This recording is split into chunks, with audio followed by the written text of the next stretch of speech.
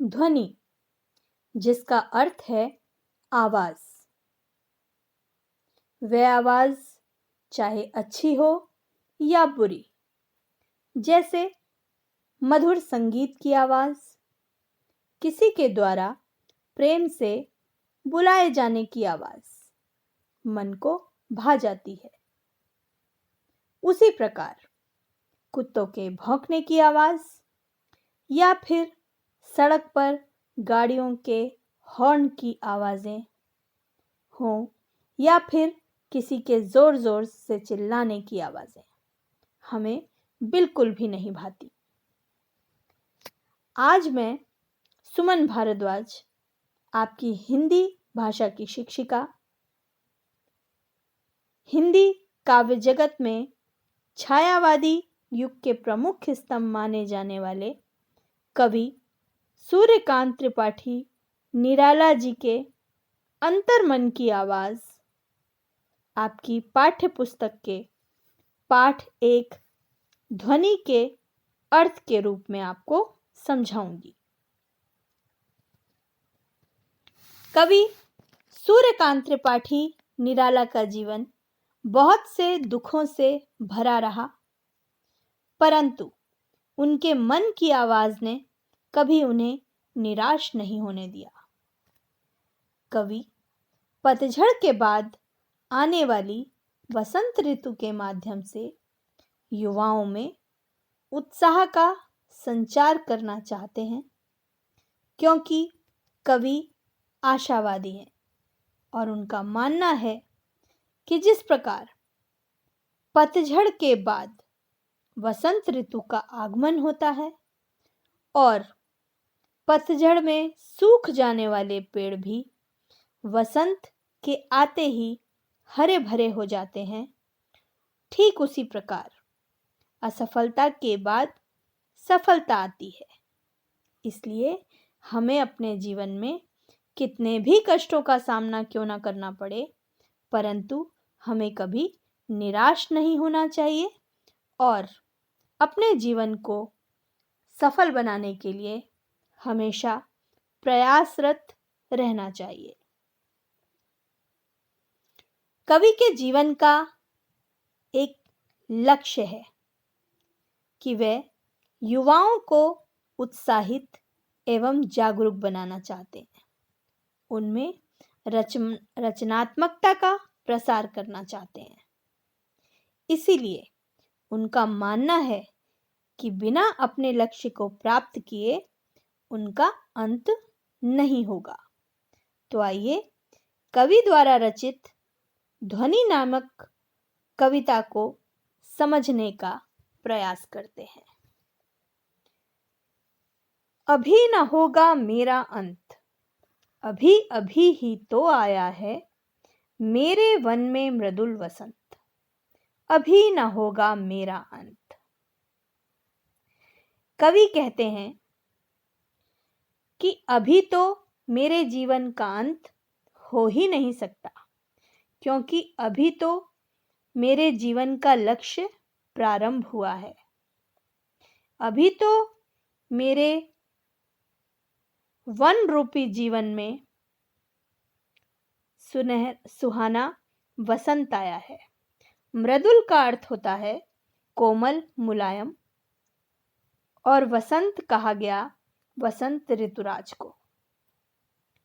तो कवि कहते हैं कि अभी तो मेरे जीवन का अंत हो ही नहीं सकता, क्योंकि अभी अभी मैंने अपने जीवन का एक लक्ष्य साधा है, जिसके कारण मेरा जीवन सुहाना हो गया है। तो अभी तो मेरा अंत हो ही नहीं सकता। हरे हरे ये पात डालियां, कलियां कोमल गात। पात का अर्थ होता है पत्ते और गात का अर्थ होता है शरीर। कवि कहते हैं जिस प्रकार वसंत ऋतु में सूखे पेड़ भी हरे हरे पत्तों और सुंदर कलियों से भर जाते हैं, बिल्कुल उसी प्रकार मैं ही अपना स्वप्न मृदुल कर फेरूंगा निद्रित कलियों पर, जगा एक प्रत्यूष मनोहर। बिल्कुल उसी तरह स्वप्न मृदुल कर, उनका मानना है कि जो वो सपना देखते हैं युवाओं को जागरूक करने का, उस सपने को वो किस प्रकार पूरा करेंगे। जिस प्रकार रात के बाद कलियां सुबह खिल जाती हैं और जो उनका आलस होता है वो सब दूर हो जाता है, ठीक उसी तरह कवि का मानना है कि वह भी अपने स्वप्न रूपी लक्ष्य को प्राप्त करने के लिए प्रेम से, नींद से, आलस्य से भरी हुई कलियों पर अपना कोमल हाथ फेरेंगे और उन्हें एक नया सवेरा दिखाएंगे। निद्रित का अर्थ होता है नींद और आलस्य से भरी हुई। कलियों यहां पर कहा गया युवाओं को जो आलस्य से भरे हैं, निराशा से भरे हैं। जगा एक प्रत्यूष मनोहर, प्रत्यूष कहते हैं सवेरे को, और मनोहर का अर्थ होता है मन को हर लेने वाला, अर्थात सुहाना। फिर से इस पद्यांश को समझने का प्रयास करते हैं। हरे हरे ये पात डालियां, कलियां कोमल गात, मैं ही अपना स्वप्न मृदुल कर फेरूंगा निद्रित कलियों पर, जगा एक प्रत्यूष मनोहर। जिस प्रकार वसंत ऋतु में डालियां और कलियां व पौधे बहुत ताजगी से भर जाते हैं, कोमल और मुलायम होते हैं, उसी प्रकार कवि भी अपने सपनों जैसे मुलायम हाथों से नींद में अलसाई कलियों को जगाने की कोशिश करते हैं। और यहाँ कलियों से उनका आशय उन युवाओं से है जो कि आलस्य और निद्रा में खोए हुए हैं। कवि उन्हें जगाने की कोशिश करते हैं और वह कहते हैं कि जब युवाओं में नए उत्साह का संचार होगा तो वह एक नए सवेरे की शुरुआत होगी। पुष्प पुष्प से तंद्रालस लालसा खींच लूंगा मैं, अपने नवजीवन का अमृत सहर्ष सींच दूंगा मैं। इन दो पंक्तियों में कवि ने पुष्प पुष्प युवाओं को कहा है और तंद्रालस,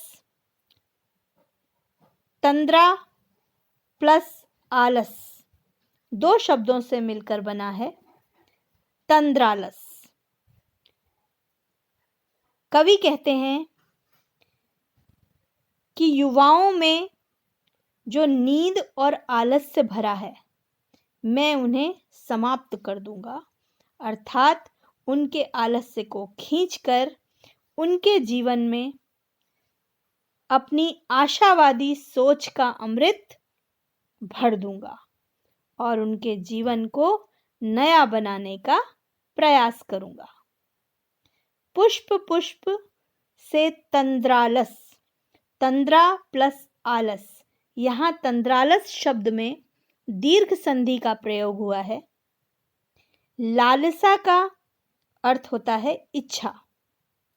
तो कवि कहते हैं कि मेरी इच्छा है कि मैं आलस्य से भरे युवाओं की नींद और आलस्य को समाप्त कर दूं और अपने आशावादी रूपी नए जीवन का अमृत उन्हें पिला दूं और उनके जीवन में नई आशा और उत्साह का संचार कर दूं।